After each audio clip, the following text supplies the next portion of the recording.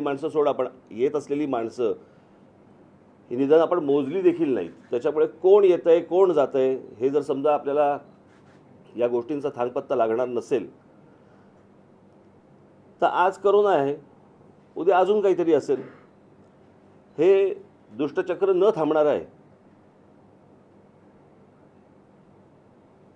आपण या सगळ्या गोष्टींना वेळीच बंधनं घालत नाही आहोत. कोणी येतंय कोणी जातंय आणि त्या सगळ्या ह्याच्यामध्ये महाराष्ट्रामधला नागरिक हा घरामध्ये अडकून पडतोय.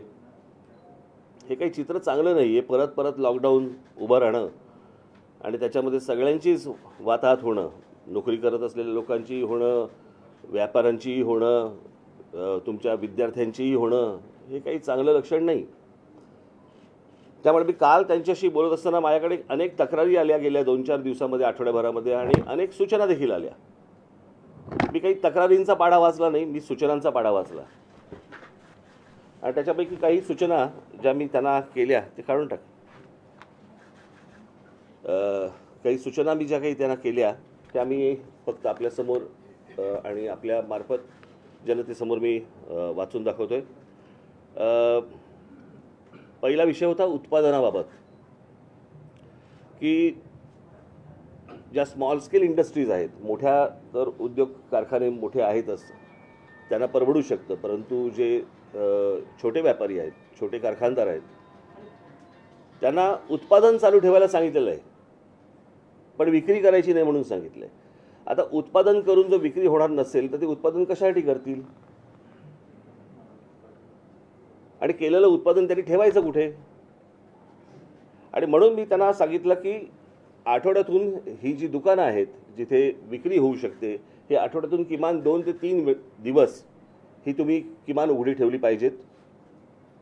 जर ते उत्पादन करत असतील तर त्यांना याची विक्री पण झाली पाहिजे, तर त्या उत्पादनाला काहीतरी अर्थ आहे. आणि म्हणून हे जे सगळे छोटे व्यापारी आहेत यांना आठवड्यातून किमान 2 वेळा किंवा 3 वेळा तरी दुकानं उघडी ठेवण्यासाठी तुम्ही मुभा द्यावी. दुसरी सूचना होती म्हणजे बँकांची जबरदस्ती. या सगळ्या अख्ख्या दिवसांमध्ये व्यवसाय सगळे बंद आहेत. अनेक लोकांनी अनेक गोष्टी घेतलेल्या आहेत, बँकांचे हप्ते आहेत. आपण समजू शकतो की बँकांकडे पैसे परत गेले पाहिजेत, परंतु लोकांकडे पैसे असतील तर ते बँकांकडे परत जातील ना. आणि त्याच्यामुळे सर्व ह्या ज्या काही बँका आहेत या सर्व बँकांशी राज्य सरकारने बोलून घ्यावं की ही जी कारण अनेक ठिकाणी आपल्याला असं दिसून येतं की हे सक्तीने वसूल केले जात आहेत. तर आता हे 30 मला असं वाटतं एप्रिलपर्यंत ना, हे 30 एप्रिलपर्यंत आहे. तोपर्यंत लोकांनी काय करायचं, हप्ते कसे भरायचे, तर त्याबाबत तुम्ही बँकांना सूचना द्यावीत. तिसरा विषय होता वीज बिलासंदर्भामध्ये, की सरसकट लॉकडाऊन काळात वीज बिल माफ करणे.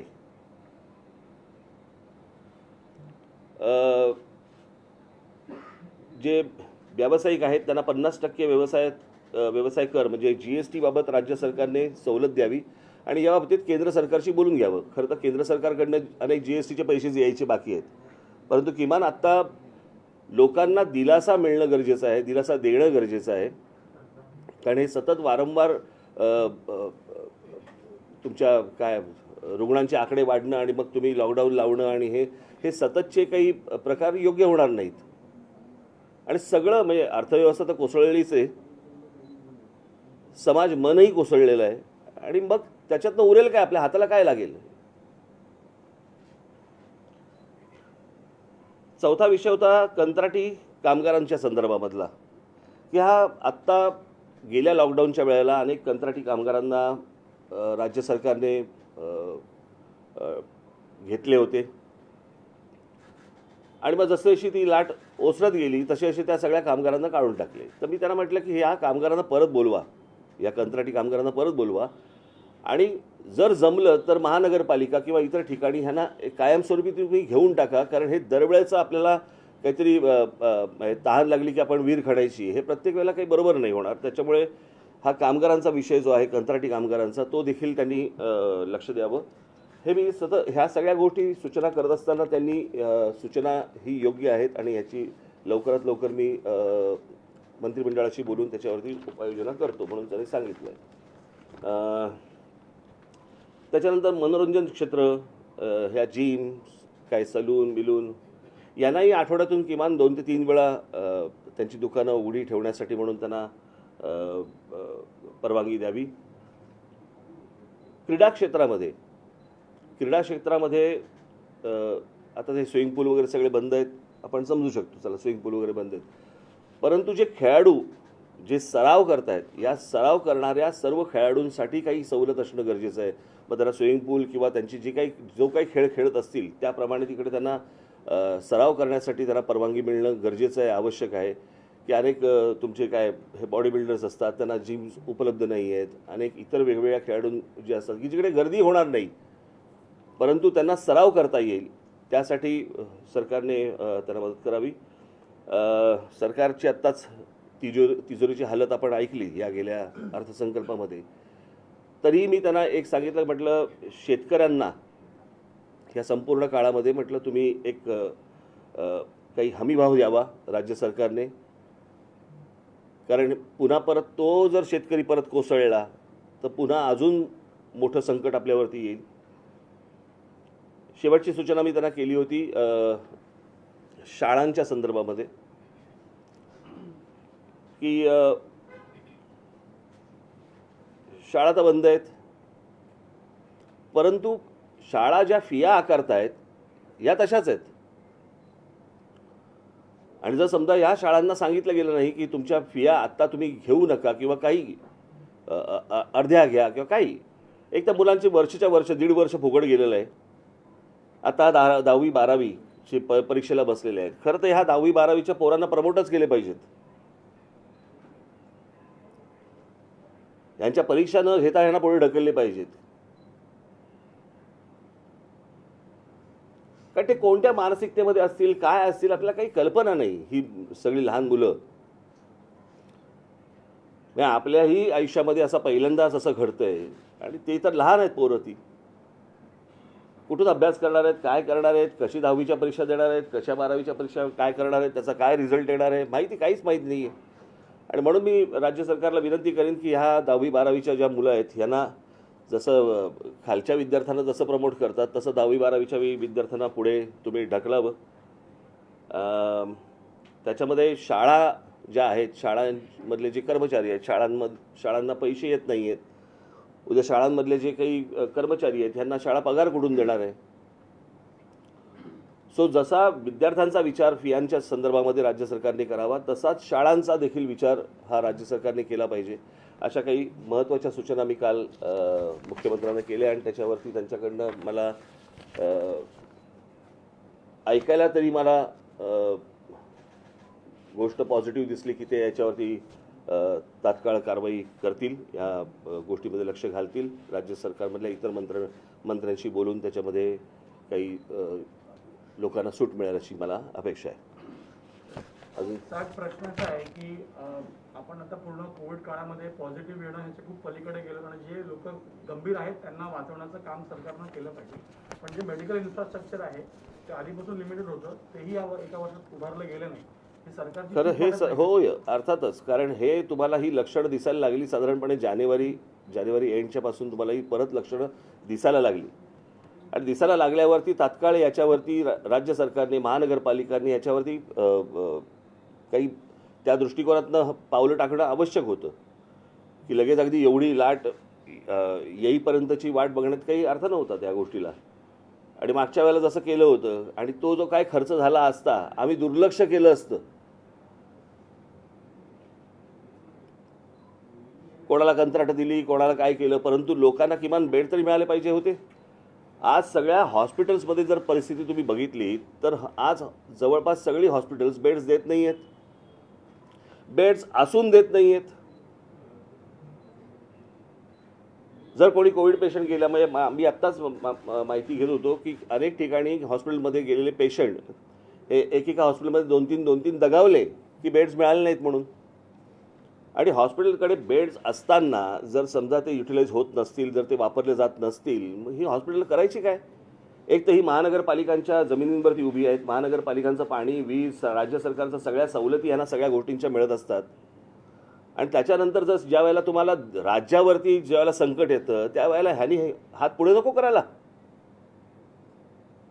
मग मला ते तिकडे ठाण्याच्या एका कुठचं अपोलो हॉस्पिटल का काहीतरी तिकडे ग्लोबल हॉस्पिटल तिकडे किती बेड्स दाखवत आहेत? 1000 बेड्स आहेत दाखवत आहेत. आणि कोणी गेलं तर म्हणतात की तिकडे बेड्स नाही आहेत आणि 200-250 बेड्स रिकामे आहेत. मग तर विचारपूस केली तर कळतं मग आमदार फोन करतात त्यांना बेड द्यायला लागतात, नगरसेवक फोन करतात त्यांना बेड द्यायला लागतात. अरे ह्याला काय अर्थ आहे? म्हणजे जो सर्वसामान्य नागरिक जो तिकडे जाणार तिथे तो म्हणणार की बाबा मला ताप आलाय, मला आता तुम्हाला बरं वाटत नाहीये, म्हणजे त्याला बेड नाही मिळणार.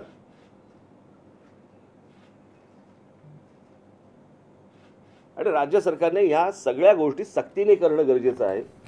यांना आत्ता ह्या गोष्टींच्या जाणीवा जर नसतील या हॉस्पिटल्सना आणि वगैरेवर तर जाणीवा करून दिल्या पाहिजेत.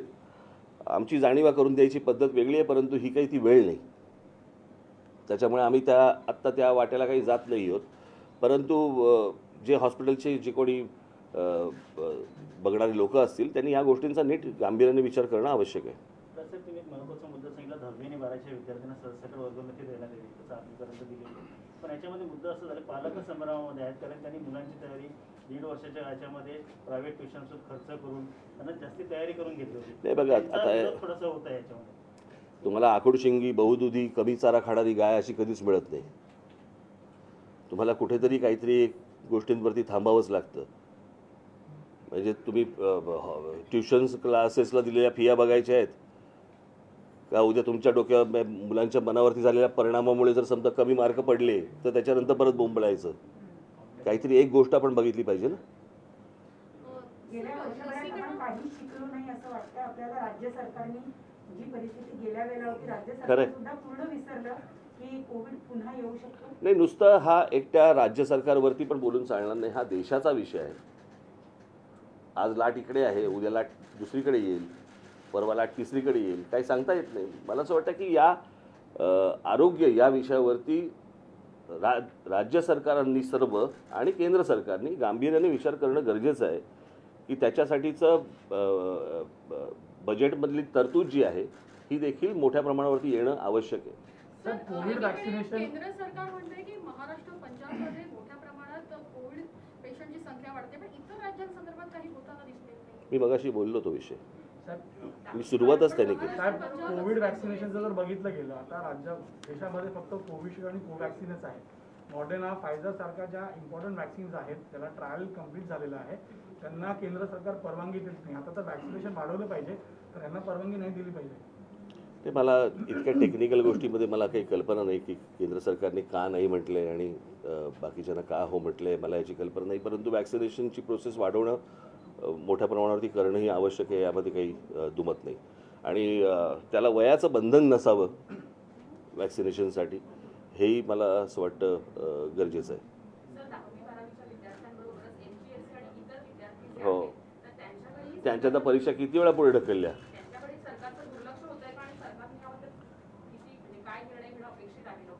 मला पण आता कळेन असं झालं नक्की लक्ष कशावरती द्यायचं. सरकारने तर दिलंच पाहिजे. आणि मुलांची वयं वाढत आहेत, जशी वयं वाढत आहेत तशी त्यांची त्या परीक्षांना जाणं कमी होणार, म्हणजे ते देऊ नाही शकणार परीक्षा. सगळीच गोंधळाची परिस्थिती आहे. मला कोणाकडे ह्याचं उत्तर आहे नाही आहे मला माहीत नाही, परंतु किमान आरोग्य या विषयावरती तरी आत्ता सरकारने, राज्य सरकारने आणि केंद्र सरकारने फोकस देणं त्याच्यावरती गरजेचं आहे. सर, कंत्राटी कामगारांना काढलं गेलं आणि त्यावेळेस तुमच्या पक्षाकडनंही आंदोलनं केली गेली होती, त्यांच्यावर गुन्हे दाखल केले गेले होते. तर सरकारला ॲडवाइसच बरोबर मिळत नाही आहे, कारण त्यांना वाटतं दुसरी लाट येणार नाही यासाठी सगळं केलं गेलं, प्रिपरेशन नव्हतं. आपल्याला दिसतंय त्याप्रमाणे प्रिपरेशन दिसत नाही आहे. आता ते ॲडवायझर कोण आहेत आणि किती आहेत आपल्याला काही याची कल्पना नाही. परंतु जमिनीवरती आपल्याला दिसताना या गोष्टींची तयारी नाही हे आपल्याला दिसतंय. अनिल देशमुख ने इस्तीफा दे दिया, आपको लगता है कि सीबीआई का ऑर्डर आया तो उसके बाद हड़बड़ी में सरकार एक्शन में आ? कसं आहे, अनिल देशमुख त्या दिवशीची पत्रकार परिषद जर समजा तुम्ही माझी नीट ऐकली असेल किंवा तुम्ही जर आला होतात की नाही मला कल्पना नाही, किंवा पाहिली असेल, तर माझ्यासाठी अनिल देशमुख हा महत्त्वाचा विषयच नव्हता. महत्त्वाचा विषय होता की मुकेश अंबानींच्या घराखाली पोलिसांनी बॉम्बची गाडी ठेवली. त्याची चौकशी होणार आहे का? उद्याने राजीनामा दिला, चौकशी सुरू झाली, मग नंतर तुम्ही विसरून गेलात, तुमच्या बातम्या बंद झाल्या, मग लोकांनी सगळ्याच विसरून जाणार. विषय तो नाही आहे. विषय हा आहे की ती बॉम्बची गाडी पोलिसांनी ठेवली, ती कोणाच्या सांगण्यावरून ठेवली. मी त्या दिवशी म्हटलं की पोलीस कोणीतरी सांगितल्याशिवाय अशा प्रकारचं कृत्य करणार नाहीत. त्याच्यामुळे चौकशी ही अनिल देशमुखांची तर होईलच, पण चौकशी ती झाली पाहिजे की बॉम्बची गाडी ठेवली कोणी, जिलेटिन असलेली गाडी ठेवली कोणी. आपण तिसरीकडे चाललोय आणि दरवेळेच आहे. प्रत्येक वेळेला एखादा विषय ज्या वेळेला येतो मग त्याला फाटे फुटत जातात. म्हणजे मला एक मागच्या वेळेला मला सांगायचं राहून गेलं तुम्हाला. आमची एक परिचयाची व्यक्ती आहे, त्याला काहीतरी गाणं गायचा मूड येतो आणि मग ते गाणं गायला सुरुवात करतात. आणि गाणं गायला सुरुवात केली की मग एक ते तान देतात जोरात, आणि ती तान इतकी जाते, इतकी पुढे जाते, इतकी जाते, नंतर ते मूळ गाणं विसरतात. आणि बाजूच्याला विचारतात कोणसा गाणं गात आता, मग आम्ही सांगायचं हे गाणं गाताय तुम्ही. अच्छा अच्छा, मग हे गाणं कळलं का? ते तुमचं सगळं असं चालू आहे सगळं आत्ता, की मूळ विषय कुठचा निघतो तो नंतर कुठेतरी भरकडत भलतीकडेच जातो. आणि कशापासून सुरुवात झाली या गोष्टींची हे आपण बघतच नाही होत. इसके पहले भी कई केसों में हमने देखा, चाहे सुशांत का हो या आरुषि का केस हो, कई सारे केस में ऐसा ही हुआ, मुद्दा पटक गया. आपको लगता है कि एक केस में ये मुद्दा पूरा पटक गया है और जो क्या हुआ था किसने, म्हणजे सुशांत च्या केसमध्ये बिचार त्या सुशांतने आत्महत्या केली आणि जेलमध्ये गेला अर्णव. आता कशाचा कशाला काही संबंध आहे का मला जरा सांगा. हे तसंच झालं, ही वेगळी ताण लावलीत ना तुम्ही, त्याच्यामुळे मूळ मुद्दा गेला. पण एनआयए म्हणते की तपास योग्य दिशेला आहे. आता हत्येचा आणि ह्या स्फोटकं ठेवण्याचं प्रकरण बाहेर येण्याशी मतलब आहे, बाहेर यावं. हे सरकार जे आहे मागील 1.25 वर्षांपासून आपण पाहतोय, 2 मंत्र्यांना राजीनामे द्यावे लागले, अनेक प्रकरणं समोर आली, बदनामी झाली, म्हणून कामापेक्षा बदनामीमध्ये गुंतून राहिल्यासारखं आपल्याला वाटतं. मला काल एक फार चांगला कुठेतरी विनोद पाठवला की उद्धव ठाकरेंच्या हातामध्ये राज्य आलंय का त्यांच्यावरती राज्य आलंय.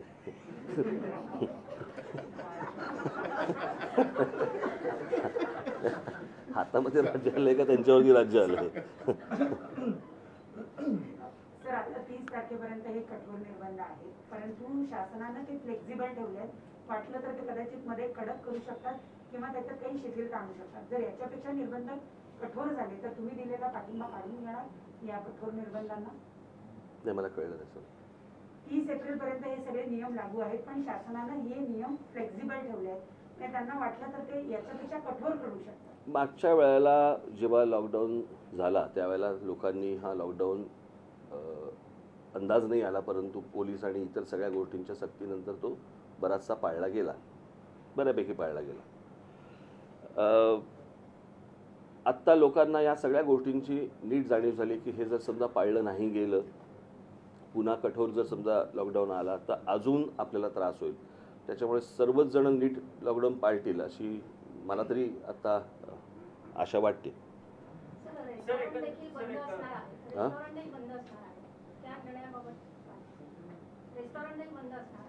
मग काय करू मी?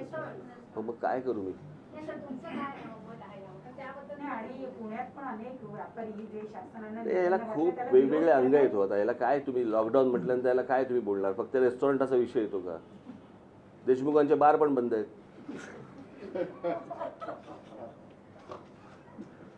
सर, गृहमंत्री अनिल देशमुखांचा डिफेंड करायला शरद पवार साहेब समोर येतात, 2दा पत्रकार परिषदा घेतात त्यांच्या संदर्भातल्या, आणि आता पुन्हा त्यांना आता राजीनामा द्यावा लागतो नैतिकतेच्या मुद्द्यावरून. त्यांची नैतिकता उशिरा सुचली आहे का, आणि एकंदरीत शरद पवारांचं हे अपयश आहे? कसलं अपयश याच्यामध्ये? त्यांनी राजीनामा दिला नाही, कसं आहे, या सगळ्या याच्यामध्ये तुम्ही थोडासा वेळ देणं पण गरजेचं आहे की एक काय तो कोण कमिशनर होता परमबीर सिंग यांना 100 कोटीचा साक्षात्कार त्यांना काढल्यावरती का झाला आणि समजा काढलं नसतं तर ते ही गोष्ट बोलली असते का, तर ती गोष्ट तपासून घेणं पण तितकीच गरजेची आहे. पण ते जे बोलले की तुम्ही बारमध्ये आणि रेस्टॉरंटमध्ये जाऊन तुम्ही पैसे गोळा करा, लांछनास्पद आहे. पण त्या बदल्यांचाही बाजार केला गेला स्वतः एक ते केला अहो, तुम्ही आता काही नवीन पत्रकार आहात का? हे बदल्यांचे बाजार होतातच ना. एकदा मंत्रालयामध्ये जर समजा तुम्ही कान दिलेत, आता मला फार बोलायला पण तुमच्याबद्दल लावू नका. तुमचेही अनेक लोक तिकडे असतात बदल्या घेऊन. असं 40 दिवसामध्ये दोन मंत्र्यांचे राजीनामे सध्या ह्याच्यामध्ये बघायला मिळाले आहेत आणि एकीकडे विरोधक म्हणतात की आणखी नाही असेच राजीनामे याच्या पुढे देखील बघायला मिळतील. तर कोरोना परिस्थिती गंभीर आहे आणि याच्यामध्ये हे राजकारण येतंय. आता आपण करोनाबद्दल बोलू, करोनामधनं बाहेर येऊ. असं 40 दिवसामध्ये 2 मंत्र्यांचे राजीनामे सध्या सत्ताधारी पक्षांचे बघायला मिळतात. आता मिळतात म्हणजे केलंच काम तसं तर मिळणारच ना तुम्हाला बघायला. तसं जर अजून झालं तर अजून मिळतील. राजकीय विरोधक फक्त सत्ता पाडण्यासाठीच प्रयत्न करते. जनतेचे इतर प्रश्न बरेच आहेत. हे बघा पहिली गोष्ट, सत्ता पाडण्यासाठी जर समजा प्रयत्न होत असतील तर त्या मंत्र्यांकडनंही काहीतरी कृत्य होतंय ना. कळलं का? ती काय इमारत आहे का खालचे पिलर काढले? त्या मंत्र्यांकडनं असं काहीतरी घडतंय ज्याच्यातनं त्यांना राजीनामे द्यावे लागत आहेत. ही पण गोष्ट बघितली पाहिजे. नुसतं असं सरकार काय असंच पाडता येत नाही. नाही, पण मध्यंतरी बातमी अशी आली की पवार साहेब अमित शहा यांना भेटायला अहमदाबादला गेले आणि या सगळ्या परिस्थितींमध्ये एनसीपीचं डेस्परेशन किंवा जी अडचण आहे ती समोर दिसते का? किंवा कारण त्याबद्दल दोन्ही पक्षांकडनं जे भाकीत केलं गेलं ते सगळं गुलदस्त्यात ठेवण्यात आली. माहित नाही मला काही कल्पना काय. मी ज्याच्यासाठी मोळ घेतली ना पत्रकार परिषद, त्याच्यानंतर तुम्ही ताण मारताय. कळलं का? मला असं वाटतं आत्ता एवढंच बस.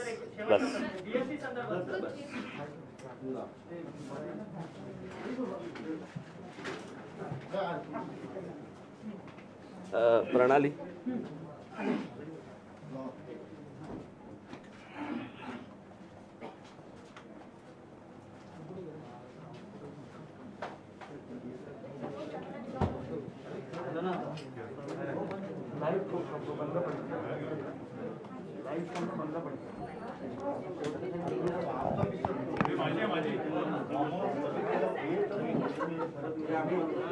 आमचं बांधले झालेत ना.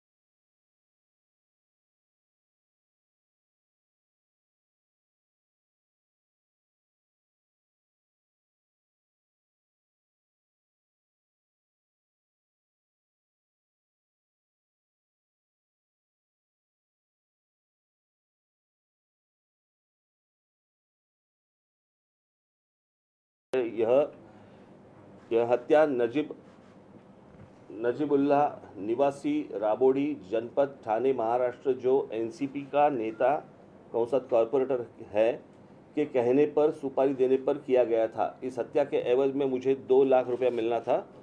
ओसामा ने नजीबुल्लाह से कितने रुपए में डील किया था मुझे पता नहीं है। एफआईआर में शक नजीबुल्लाह पर किया गया था। ही अशी सत्ताधाऱ्यांची ही माणसं दिवसाढवळ्या खून करतायत। याच नजीबुल्लाहचं नाव हे सूरज परमार ज्यांनी आत्महत्या केली होती, एक बिल्डर होते, त्यांनी आत्महत्या केली होती। त्या आत्महत्या केलेल्या त्यांच्या मृत्यू जे काही पत्र त्यांनी लिहिलं होतं आत्महत्या करतानाचं, त्याच्यामध्ये देखील या नजीबुल्लाहचं नाव होतं आणि त्याच्यानंतर ही केस देखील रफादफा झाली। त्याच्यानंतर पुढे काही झालं नाही। आता पुन्हा या नजीबुल्लाहचं नाव आलेलं आहे। मला राज्य सरकार काय करतं याच्यावरती मी वाट पाहतोच आहे, परंतु या संदर्भामध्ये मी लवकरच माननीय शरद पवार साहेब यांची मी भेट घेणार आहे की अशी जर मंडळी यांना पक्षामध्ये सांभाळायची असतील तर मला असं वाटतं की दुसऱ्यांचे पण हात काय बांधलेले नसतात आणि मग या सगळ्या गोष्टींना जर खुनाने उत्तर खुनाने अशा जर गोष्टी महाराष्ट्रामध्ये सुरू झाल्या, सुसंस्कृत महाराष्ट्रात सुरू झाल्या, तर हे काही चित्र चांगलं दिसणार नाही आणि म्हणून या गोष्टींना वेळीच आवर घालणं आवश्यक आहे। नजीबुल्लाह या त्यांचा जो कोण नेता असेल एनसीपीचा, याच्यावरती कारवाई होणं गरजेचं आहे, अरेस्ट होणं गरजेचं आहे आणि त्याला शिक्षा होणं गरजेचं आहे आणि याच्यासाठी मी लवकरच त्यांची पवारसाहेबांची मी भेट घेणार आहे। धन्यवाद। बस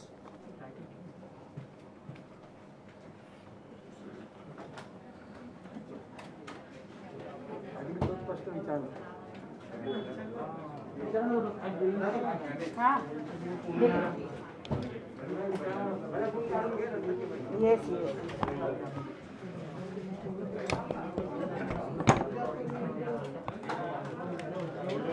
हे ना, academic करून घे.